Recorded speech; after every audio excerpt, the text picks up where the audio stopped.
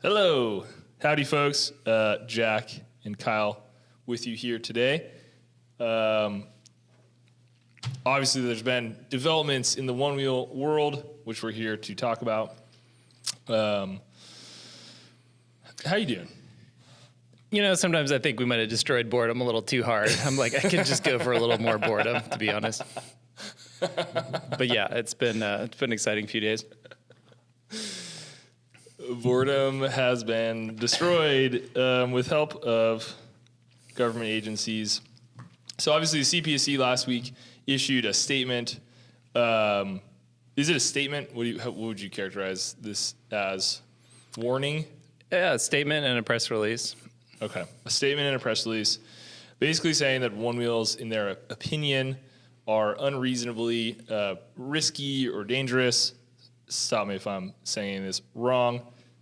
And that people should stop riding them. And that they would like us to recall them all. And that we said no. I think all of this is been established. So what is that all? Would you characterize that as that's what's? Yeah, so the CPSC, which is part of the federal government, which a lot of us in the Onewheel world have learned a lot more about recently, came out with this press release that said, yeah, as you know, Onewheels are dangerous, and if you own one, you should immediately stop riding it. Any model, back to the beginning, up to buying to GT, so yeah, obviously, and they said that they believe they're potentially dangerous. Right. And then they talked about some incidents that have happened to Onewheel riders, including injuries and unfortunately including some deaths of people that happened when they were riding Onewheel, which is, of course, very unfortunate. Yep. And I believe that's what prompted them to issue that statement. Yeah. When that morning that statement went out, I called. It was like 8:30 in the morning. I texted Jeff McCosker. I said, "Yo, you up?" He said, "Dude, it's 8:30. I have a newborn child." What are you talking about? I've been up for hours. And called him, and he's like, "Hey, what's going on?" And I was telling him about this statement, and a bunch of folks in the community signed on to this open letter that we posted and sent basically to the CPSC. And I was just saying, I was just giving you a call to let you know, make sure you boys don't ride your Onewheels today. He got a chuckle out of that. Yeah, definitely don't ride your Onewheels. Yeah, I mean, I think that's what's so crazy, right? I mean, I think people want to know from me, why? What's Sure. the reason? Right. And that's the funny thing. Like, there isn't really a reason. Right. They're not saying, oh, here's this problem, please solve it. Right. They're saying, some people have fallen off and been injured. Ejection hazard, right? So then they came up with the term ejection hazard, right, which they must have got that from some other industry. I don't know which one. Sure. Automotive or ATVs or something. I don't think anyone would ever describe, getting ejected from a Onewheel. and seemingly, also seemingly like at random. I mean, I could be mischaracterizing it, but it seems like from reading the statement that it's like this could happen at random to anyone at any time, like with no warning. So they have said that Onewheels can suddenly stop. Right. And of course, that sounds pretty extreme. For like, wow, if this product I have that I know and love could suddenly stop, right, like I want to know about that. And then you kind of dig deeper, and what they are describing is really, what can happen if you push through pushback. Right. And I think the Onewheel community understood that within 5 seconds. And they're like, yeah, if you push it through its limits, you might keep going, sure, and the board can't keep up. Sure. And that's physics. And, but that message was certainly not understood by the CPSC. Right. When they issued that statement, I think they're getting a quick education in the fact that, what we have been saying, that like we cannot identify or replicate any technical issues that lead to what they allege happening. Sure.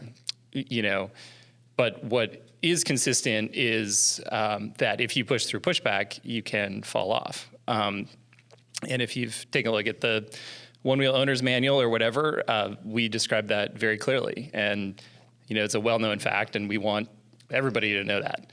Of course, once you understand that, then you can ride the product safely. Yep. And then that gets into this whole set of questions around, the responsibility of riders versus the responsibility of the technology or the responsibility of a product. Sure. And I think that's one of the things that's been, kind of frustrating interacting with them is that, they have not been looking at this as a board sport or a power sport or something like that. Right. They've been, like, as an office chair, it's very dangerous. Like there should be no deaths and no ejections from office chairs. Yeah, and I mean the CPSC, to their credit, like they are tasked with, basically enhancing consumer safety in the United States across every product category of consumer products, right? And the areas they're most active in are really like infant and child, toys and products, the kids use, because obviously those users like don't make their own decisions. They didn't read the owner's manual. Right.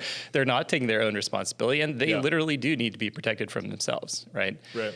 But then you look at a product like Onewheel, where the risks of the product itself, like sitting here on the ground, the risk of the Onewheel is very low, right? Once you're zooming through, off-road terrain at 18 miles an hour, there are more risks. Sure. Every second that you're there, there's risks about what line you're going to take, how hard you're going to push it, what gear you're wearing. And, that's not really the product. That's, the reality of being a board sport. Rider, right? Environment, preparedness, skill level, all the things that apply in... I mean, you could say the same thing about lots of other sports, right? Yeah, it's very different. And of course, the other thing is that, in some categories of products, there are well-established standards, right? Mm-hmm. Where it's like, you have to meet this standard. It has to be this strong before it tears apart. It has to be able to be at this temperature and not, light on fire or something like that. In this category, though, like we invented it, right? There's nothing like a Onewheel. There aren't standards that describe what it can do. Sure. So then it sort of becomes this matter of opinion of, is it good enough? Is it safe enough, or is it not? And that I think is what this process is, centered on. Right. I mean, you touched on a number of things there. I think one of the things that a lot of people are interested in knowing with some certainty is the thing that you mentioned, which is like, is there a technical component that the CPSC has like done their, investigation and like discovered that for the last 9 years of Onewheel is like, this thing has been wrong the whole time? Like, it sounds like. No, definitely not. So, right. And obviously if there was, it would be different between different models of Onewheels, right? The hardware is totally different, obviously, between a GT and an XR and a Pint, and the electronics are different. Everything is different. So, for instance, you look at a mountain bike or something, and sometimes a brand comes out with a mountain bike and some component is too weak and it can break, and that can present a safety hazard. And it's pretty obvious, right? And then, they need to recall it and they need to replace that component. Sure. In this case, it's not that. They're not saying there's a component. They're not saying there's, any problem with the sort of system itself or how it works.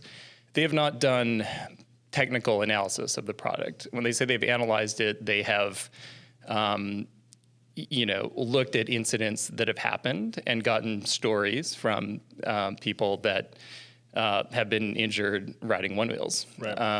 And, obviously that's different than, doing some kind of test that you can, put numbers around and analyze.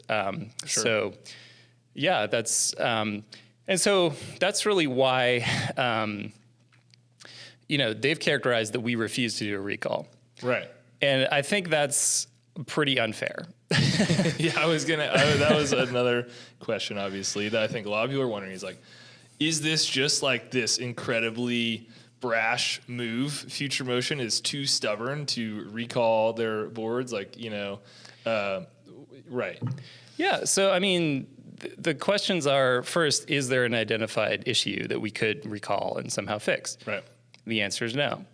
Second question is there some, aggregate safety problem that is just so dangerous that we should recall all of them and somehow fix? And the answer is also no. Right. I think one thing that's just been loud and clear in the last few days from the community is like, people know how to ride these things. We instruct people how to ride them and get started, right, through owner's manuals and labeling, getting started videos, the app, et cetera. Obviously, your first few hours on the board, you're figuring some stuff out. Sure.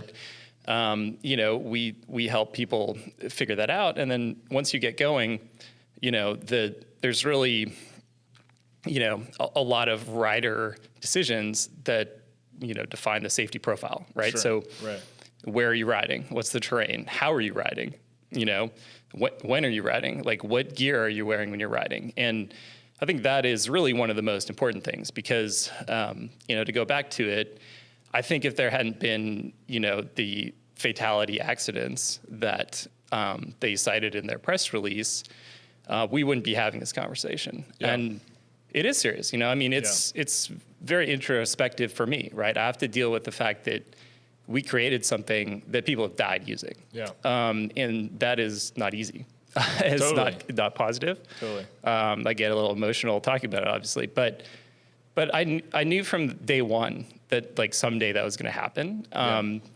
And I think recently, it's been the time to re-examine like, sure, what is,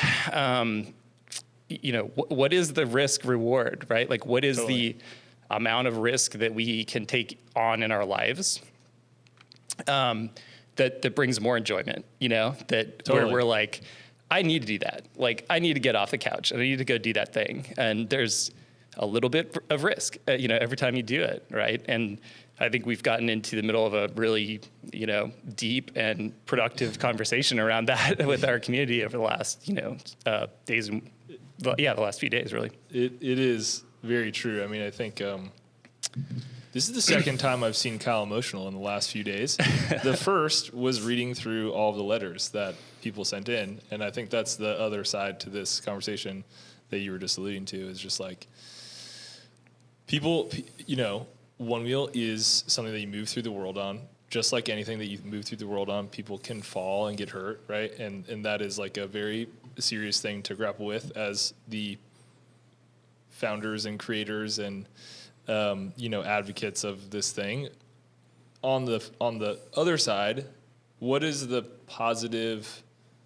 What are the positive outcomes and effects on people's lives? Right. I think we got 4,000 letters in the last. I mean, I think we're at over 5,000 now. And what were your big takeaways? I mean, we as a team read through every single letter. I did 500. You took on 1,000. What were some of the things that stood out to you?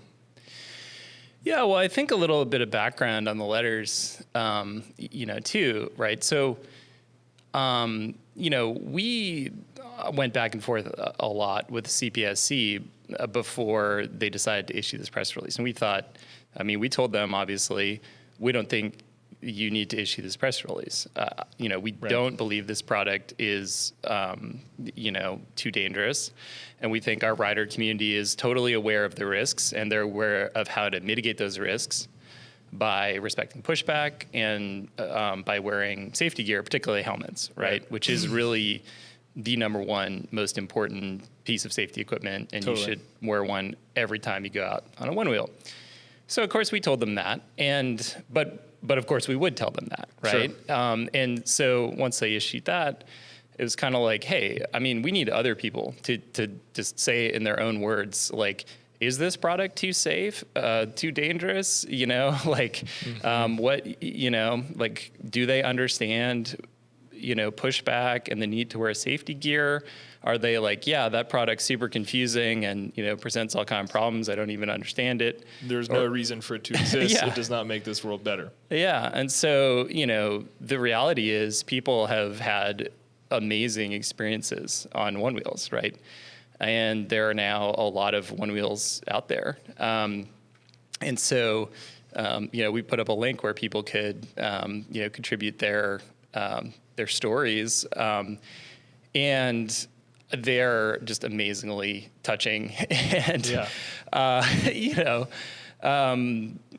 just like, it's really about what is the role of recreation and fun and release, you know, in life? Like, it's not just for the lulz. Like, we all have baggage, we all have history, we all have challenges on the daily basis. And like, what do we do that fights back against that, right? Sure. And it's things like one-wheeling and snowboarding and motorcycling. Sure. And, you know, everyone has, you know, their own activities. But I think for a lot of folks, you know, action sports of various kinds are a way to get out of your head, right? Because you have to focus on what's going on around you.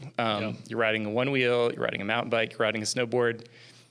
You better not be daydreaming about everything, you know, else that's going on in your life, right? It's sort of this focused flow state thing. And, you know, from the first one-wheel prototypes that I built, I was like, wow, you can access that, like, as soon as you get up and riding this thing. And, you know, obviously now lots and lots of people have recognized that. So the letters that came in, you know, a remarkable number of people talking about mental health, right? And how Onewheels help them with mental health. You know, you and I have talked about it. I've always been resistant to making that a public message because I'm like, people aren't even going to believe it. You know, they could be like, Sure. that skateboard thing has something to do with mental health. Right. You know, It's but elite. you read it in people's own words and it's like integral to a lot of people. You know, a lot of people, you know, who are sober and have battled addiction, and they're like, I need to go do something that, you know, is exciting and isn't sitting, you know, in my house. A lot of stories about, you know, families riding together, which is really amazing. A lot of stories, of course, of people meeting new friends in the one-wheel community. And coming at that from all different angles. It's, you know, a breakup and moving to a new city and like meeting some cool new people that are a unique crowd. And I mean, it just goes on and on, right? So, you know, and then of course, a very, you know, strong element of, you know, people in the United States of America should have the ability to choose their own level of risk, to choose whether they want to buy a product or not, to choose whether they want to do an activity or not.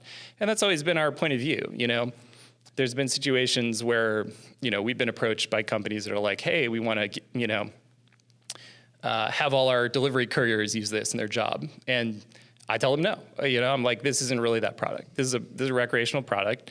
People need to be okay with the risk profile. Right. You know, when they use it, they need to get up to speed. And frankly, I would not advise that you use it in that way. You know? This is why there's not one wheels for rent on every corner of every city street. Like there are scooters. Yeah, right? Exactly. It's just not that kind of product. So,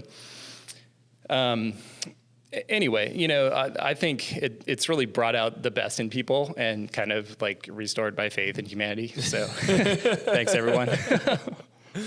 And so, yes, I don't know the time at which we'll post this, but those letters were recently dropped off with I should say the first batch. You know, you can still fill out your, you know, go to the link we'll put in the description, fill out a letter, which we will send along to the CPSC. And so the first batch, 4,000 plus, were delivered. A big shout out to One Wheel Wing, Javier Starks, and Follow Dawn.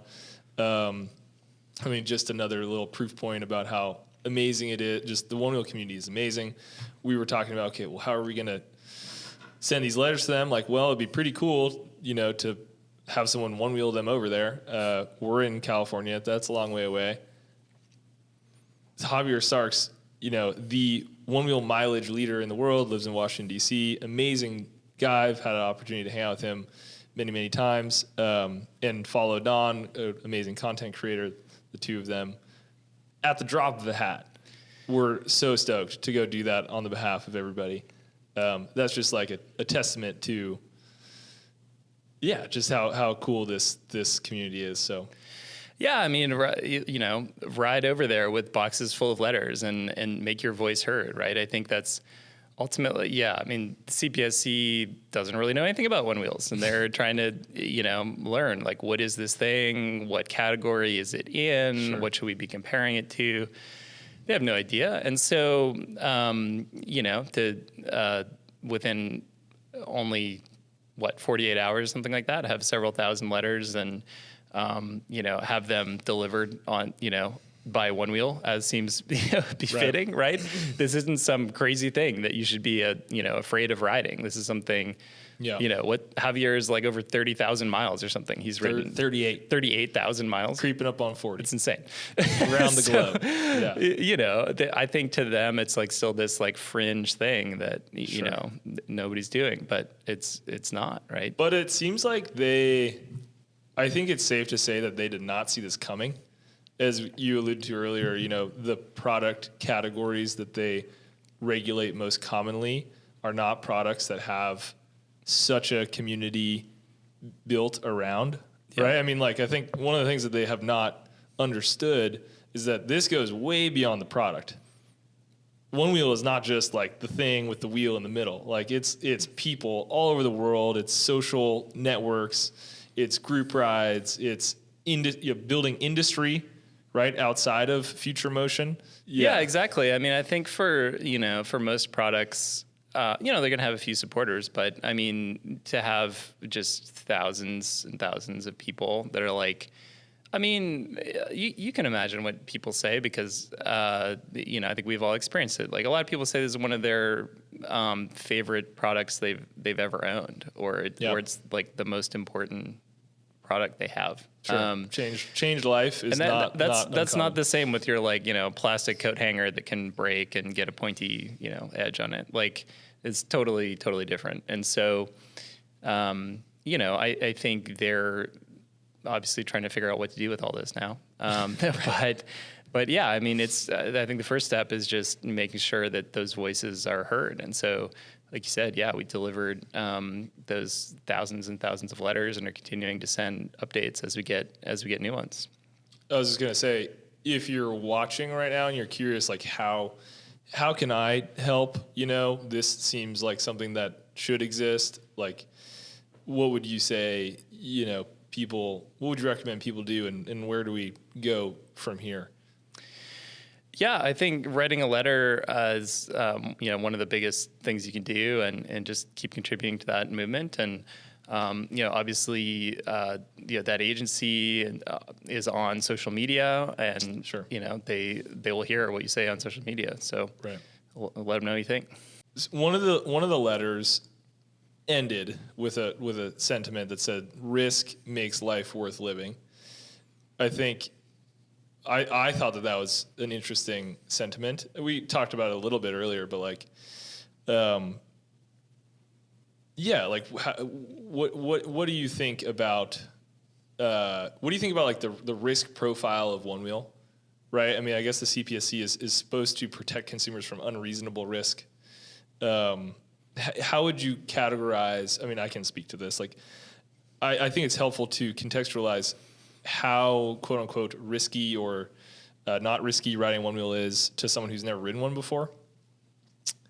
I guess I'll answer. Yeah, no, I mean, to me, the closest analogies are mountain biking or snowboarding, right? If you do those activities, as I do, like, you've definitely been hurt, doing those activities. Sure. You've probably broken a bone, frankly, if you're an avid participant in any of those. Snowboarding. And, but it comes with the territory, right? You're moving at speed in an environment that has rocks and trees and other hard objects, and you wear gear and you choose, am I going down this hill at 10 miles an hour, 20, 30? Like, and, that risk, does does align with the accessing the flow state, right? Sure. It is, and different people are different levels of extreme, Right. I may have the same experience on one wheel at 12 miles an hour that someone else has at 20, Sure. Yeah. Yeah, I think that element of risk, and in a lot of the letters, people talked about teaching their, like teenage kids about risk, right? And it's like, zero risk is not the ideal operating point for a human. No, absolutely not. You need to try new things. You need to do things that could have some consequences across different aspects of your life, and like that pretty unanimously is the path to living a full life, right? And no, you shouldn't take on unnecessary, or inappropriate risk, but you should definitely take some risks, right? And I think. It's hard for, someone whose business card says, I help keep people safe, to acknowledge that some level of risk, is part of a full life. Sure. But I think as people, they know that. Absolutely, because they asked their significant other out at some point in time, and that was a big leap for them. Took that risk. Yeah, they took that risk. They could have been rejected, but no, I think that is a good point, because like when we talk about risk, I think about immediately, being in this line of work, snowboarding and mountain biking, the same things that you were just talking about, riding a scooter, whatever, moving through the world risk. But there is career risk, there's relationship risk, there is like, and it is the same. It's like if you had an awesome job. Your job before this was awesome. Loved it. You didn't even probably need to talk to lawyers. No, it's great. Ever. But you took a pretty wild risk, right? In creating a new thing that no one knew that they needed, right? That's led us down this path, which has been really fun. Yeah, and I think I knew from the beginning that that path was going to put us under a lot of scrutiny, right? Because why are they not going after the snowboard companies? Because snowboarders have lots of injuries, and people did serious accidents, and they're even killed. Every year on the mountain. Sure. Why is the agency not going after them? But the difference is our product is new, right? And it's never existed before, and nobody really knows what the risk profile should be. Sure. Right? We had to define what that is. We had to... And our riders. Yeah, right? and our riders, right? I think, we had to decide, like, hey, what speed should pushback happen at? Like what kind of gear should we tell people they should wear? How should we teach people how to use this? Like, and on and on and on, right? How should we test this thing? So, I mean, it's weird, but like every time someone is like, oh, there was this one wheel accident and the person got hurt, I'm like, oh my gosh, was it the board? Like, did something happen? Like, did the board do something wrong that resulted in this person getting hurt? And we really approach it from square zero, and like looking through every piece of information that we have. Sure. To figure that out. And yeah, what we want to look at is like, was there something with the board? Was there something with this particular board? Yep. Is there some quality problem? And so, kind of the amazing thing is that answer in really every case we've looked at, maybe one exception, is like, there's no problem with the board. Board's great. We go ride it for hours. You've done a lot of the riding, right? Product performs like as designed. But like whenever there's a situation, we look at that, right? And we go and we pull the file on that board, all the quality control steps that went into it, look through all that, test it, retest it, and go through all that, because I don't want to say that like there's no way that there could be some technical problem with a particular one wheel at a particular time that could lead to someone getting hurt. Sure. But I'll just say that like that basically never happens. Yeah. Like, totally. Sure. It's people riding, and typically new riders, right? Yeah. Not day one, because you're still timid on day one, but day 2 and 3, that's when people who are getting a one wheel in the near future, bear that in mind. you get bold and you go out there and you try to push it a little bit harder. Dunning-Kruger effect. Dunning-Kruger effect. Are you doing lectures on Dunning-Kruger again? I mean, that's what you're talking about, right? Yeah. As you mentioned, I've written some of these boards that, people think there might be something wrong with. And a lot of the times it's like mile 14, I get there, it's a brand new board. I would take it home with me at the end of the session if I could. Yeah. But that's why we take education so seriously, because if you're a new rider, you need to know that, understanding the limits, understanding your limits, understanding that even if you think you have a handle on it, it takes a lot of experience in a lot of different environments, right? To become a pro. You wouldn't drop in on a black diamond ski run on your second run of the day just because you got the green lap figured out, that is not the time to see how fast you can go. So yeah, I think that's key. Definitely for any new riders out there. I mean, that's what it all comes down to, right? Is like, I don't fall on a one wheel ever. Like I was talking to Adam Laser earlier about. You should be knocking on wood, but I don't because I understand my limits and limits of the board, and I've learned, right? Like I've spent the time, like. But you also go out there wearing a helmet. That's and true. Knowing that maybe you will this time. Sure. And I think that's like another one of the key aspects of, particularly if we're going to go ride trails or do something that's, pushing my level, right? My skill level. Totally.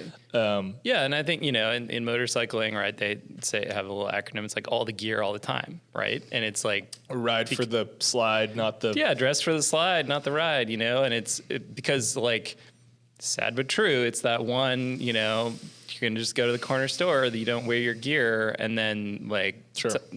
That's when you take your big fall. And, I think we are very adamant about wearing gear and wearing helmets. I was going to say, yeah, I am, you obviously have pushed me for years on this. Now it's like it's established, but I'm very proud of what we have done in terms of promoting helmet safety. To be completely honest, like I think we've definitely gone deep on that. It's personally important to me, and I think it's really important in the context of stuff like this. It's critical, and it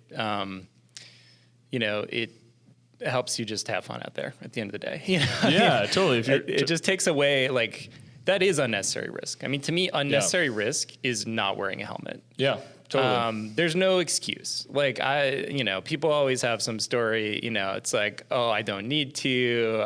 My hair is done just right. Like I don't know. Sure. Like right. Just put it to me, on. it's not an excuse. Just put the lid on. Yeah. Like wear it every time you go out, and like don't worry about it. So you have been asked. I've either heard you say this or you've said it to me, like what you really want to do in this world is just build rad shit. That is what I have said that. That is what you have said. But obviously, like this whole saga, takes a lot of time and energy and resources, right? Is that at all frustrating? Like, yeah, I mean, of course it's frustrating, right? I mean, yeah, I want to be building rad shit. I want to be in the shop. I want to be, cutting metal, custom shaping. Building People stuff. really want custom shaping. I want to be building custom shaping. I mean, we have custom shaping. It's like, but there's so much scrutiny on us in this moment, right? Sure. That a lot of the stuff that we want to do, it just needs to get pushed out, a little bit longer.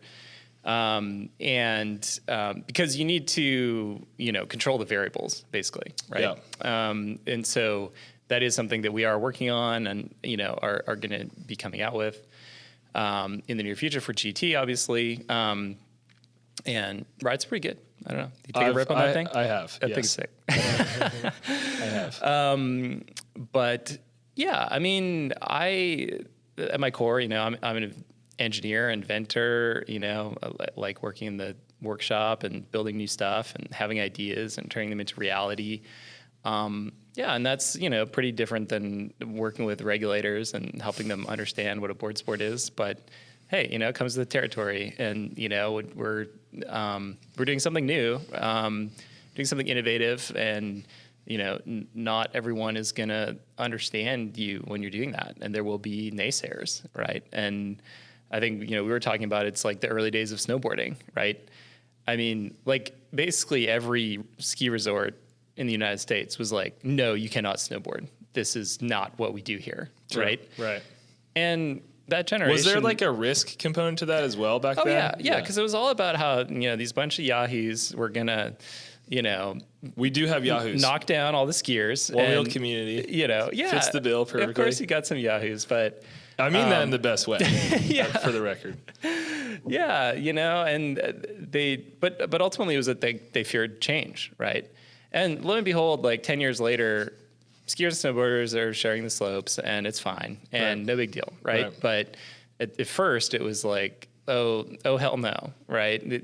Absolutely not. Can you ride your snowboard down this ski resort? And it takes a while for other people to catch up with even just like allowing us to do our own thing, which is really all we're asking for. Right. We're not like, oh, everyone should one wheel, it's like, but just let us ride. I mean, that's why that's become the hashtag. Yeah.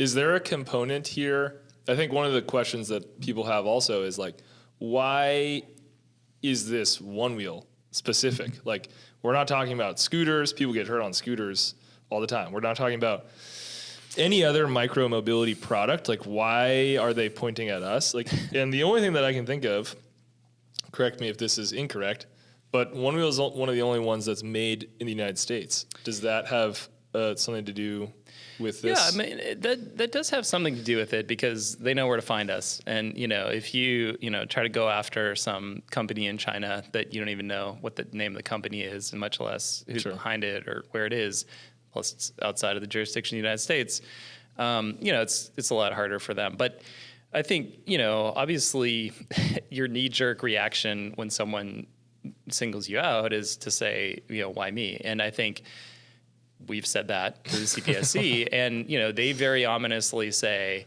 well, just because we're dealing with you here doesn't mean we're not dealing with other companies. Like, we can't discuss, what else we're doing. They have come out recently with reports on micromobility. And really during the pandemic, right? And because of where the stuff is in its technological development, way more people started using motorized rideable products, including one wheels, including e-scooters, including e-bikes, right? And they all go a little bit faster than people used to go, right? And they all have electronics in them, and they all have lithium batteries in them, right? And a bunch of people have fallen off. There's been a lot of ER visits and, all that kind of stuff. And so someone is, putting that on these regulators' desks saying, what's going on here? 10 years ago, no one was getting hurt on electric things. Yeah. Today, lots of people get hurt. Yeah. I do think there is, they have to understand the context that like scale is a huge part of this, right? It's like, well, in 2014, there was 100 one wheels out there. Right. Now there are like hundreds of thousands, and there's also hundreds of thousands of people riding all the other things. Yeah. Right. And so like, that's why the numbers are the way that they are. Yeah. Like, And that's ultimately why, of course, it's basically just statistics, right? The bigger the number is, at some point, there's going to be a, more severe accident. At some point, there's going to be a fatal accident, unfortunately. Sure. And, one of the things that we've looked at a little bit is just like, what is the comparative safety? Just as a gut check. Like, are we way out to lunch? Like, is this way more dangerous than biking or motorcycling or something? And the crazy thing is, and a bunch of people wrote this in their letters because they can use Google too, they're like, this thing is like twice as safe as riding a bicycle. If you look at the actual aggregate incident data, it's, more than 10 times as safe as riding a motorcycle or an ATV. In terms of serious accidents. So, like, again, the question, like, why us? And I think it's because it's new, because there's been a lot more usage over the last few years, and they're trying to make sense of, what this kind of product is. Sure. Right. There's like a certain magic with Onewheel. Like, how does this thing even work? Like just visually, the experience of it is magical. I think the flip side of that is it is also like a little bit mysterious if you aren't engineer type on some level. We did a full video on pushback and how it works and the physics behind it. And if you haven't watched that, you can check that out because we did dive into a little bit of, how self-balancing things work. But I think that's also a little piece of it, to your point. Yeah, I mean, it's of course interesting because people,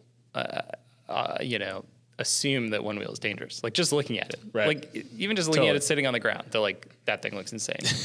And I think that's cool, right? And I think that it's important that does align. I Sure. mean, I remember when we, were working on the very first version, and I was like, yeah, it needs to have kind of a little edginess to it because it is edgy. Right. There is risk. I mean, a lot of people said we should put a fender, on every Onewheel. I was like, no, we should show the wheel and show you like what's going on. And if you want to put a fender on, do that. But like show the sort of raw, like it is what it looks like it is. Yeah. It does what you think it does. Like, and I think, there aren't like weird things that happen in some, it's not that complex, right? Right.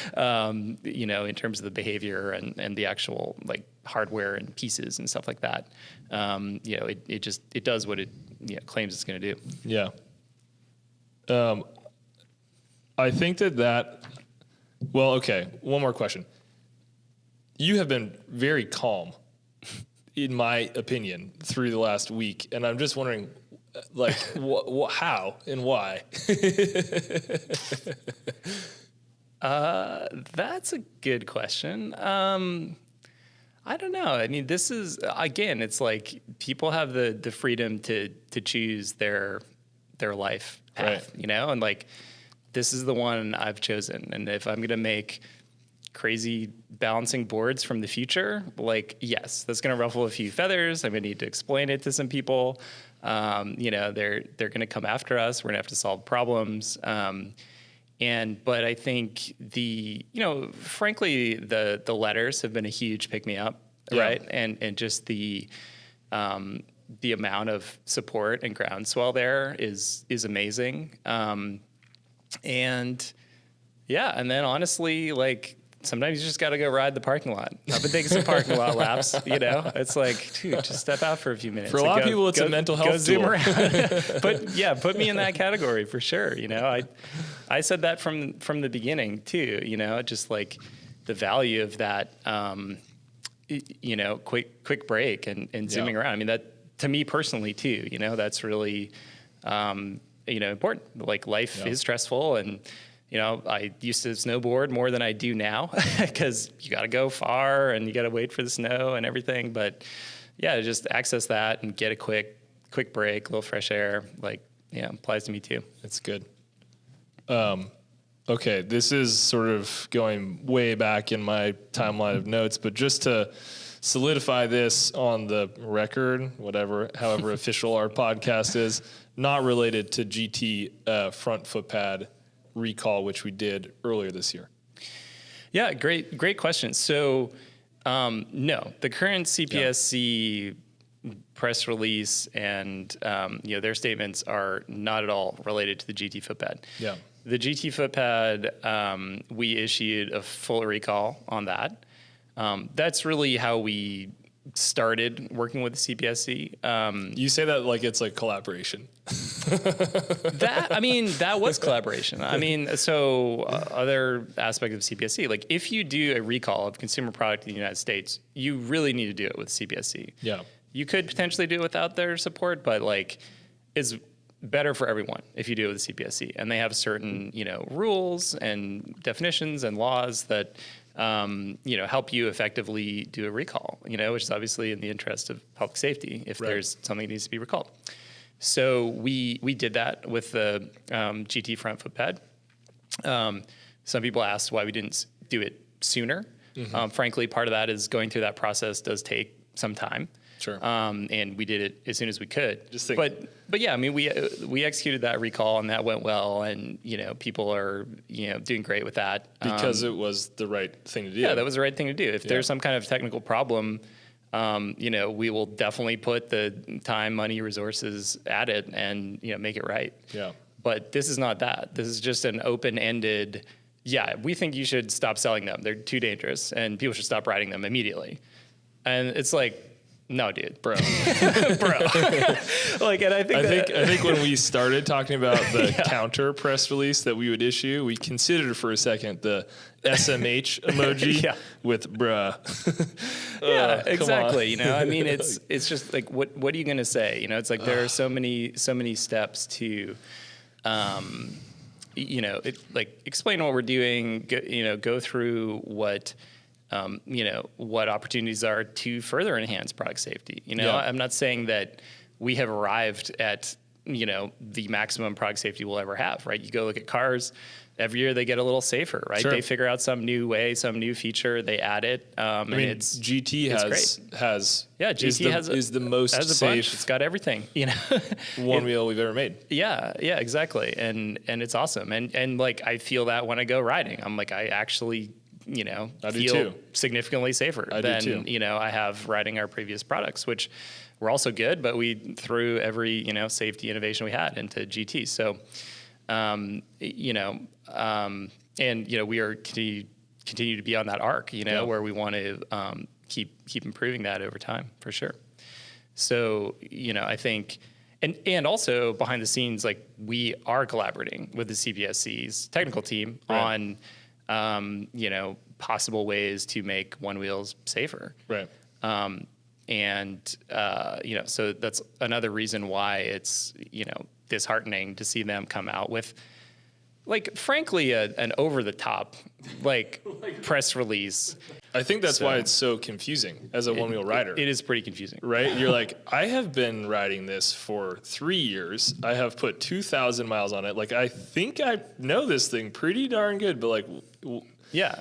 And I mean, just to reiterate, like, it's not like we're talking about like a bad batch of Onewheels. It has like a problematic component, or, we just uncovered like some new risk that nobody knew about. Like, none of that, right? It's just, they are looking at this, these stories of, people falling off, and they, some of them claim it's the board's fault, and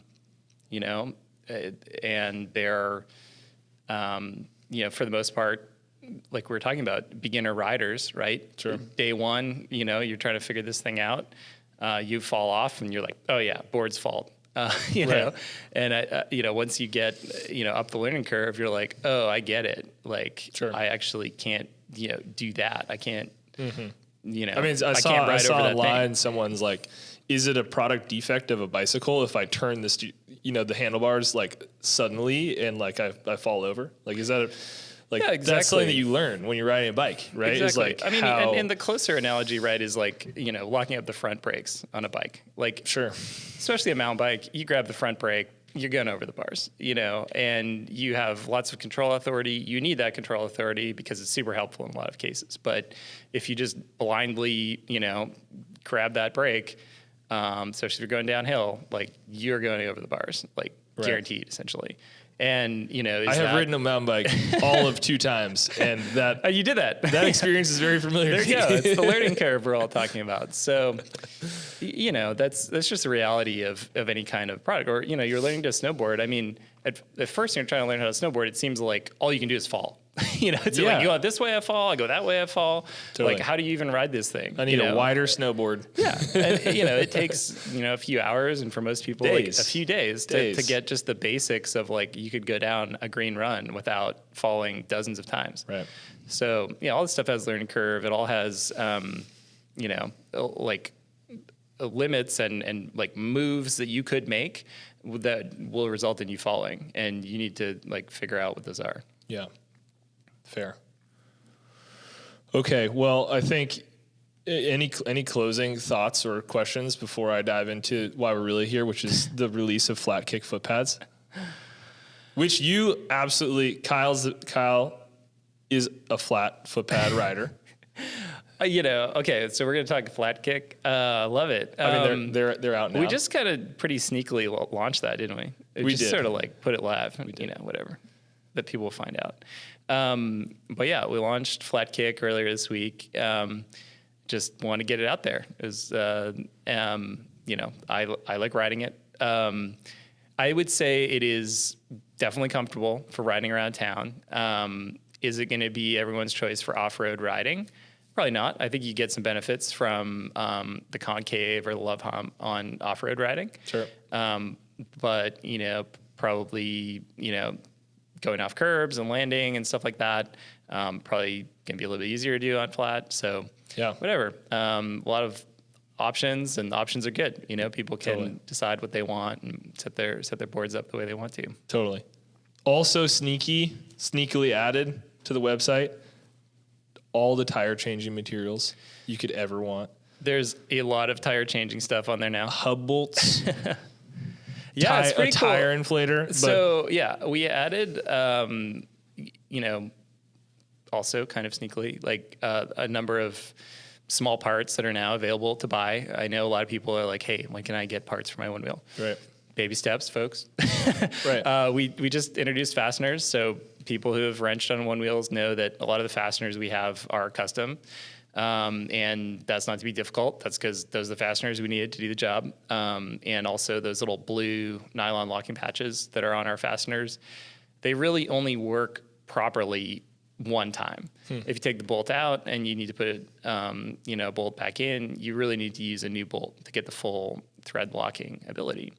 And so now we have fastener packs that work with all the accessories, and most importantly with that, the hub bolts for GT and for Pint and Pint X, OEM axle bolts, and people are doing a lot more tire changes now, so it's super cool to have that available. Happy people, hopefully. More to come. More to come. Great. Love that. Well, I mean, that's all I got on my list. I mean, it feels like we covered it all. I feel like. I mean, is there any closing thoughts on this moment in Onewheel history? Yeah, I mean, I think the big thing is just, again,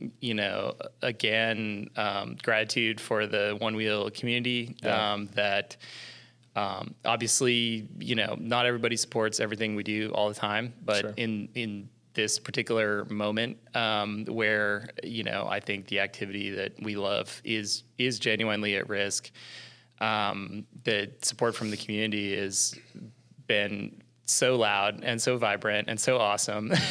Yeah. And, it's been super encouraging. And so, yeah, I just wanted to say thanks to everyone that has chipped in so far. And, there's a long way to go from here. So, we'll definitely appreciate your support as we move forward with this. Totally.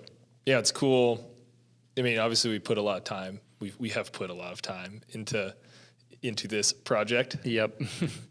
But I was just reflecting on, it's like all you can really ask for in life is to put your energy towards something that like actually has a positive impact for people out there. It's very cliche to say, but that's what the letters was, right? It's like, man, this has been so hard but also so gratifying just to know that like all these years, all these nights, like there are people out there that are loving these things, connecting with teenagers, keeping people off screens, exploring their town, finding their riding group, recovering from PTSD, like it really does. It's awesome.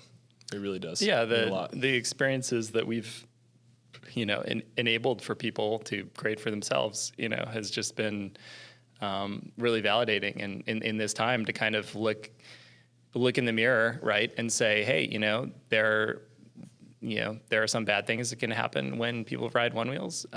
There are thousands and tens and hundreds of thousands of really good things that can happen when people ride Onewheels. Yep. And on balance, that totally makes sense to us. And so, we're going to keep doing what we're doing and keep making it better and bring it to more folks and get them in on the thing that we've already, discovered. Totally. Totally. Well, maybe that's a good place to end. Thanks, everybody, for tuning in. This has been another podcast with Jack and Kyle. And I don't know. We'll talk to you soon. There we go. Happy Thanksgiving. Oh, also, let us ride. Let us ride. Let us ride. Let us ride. Come on. Let's go. Let us ride.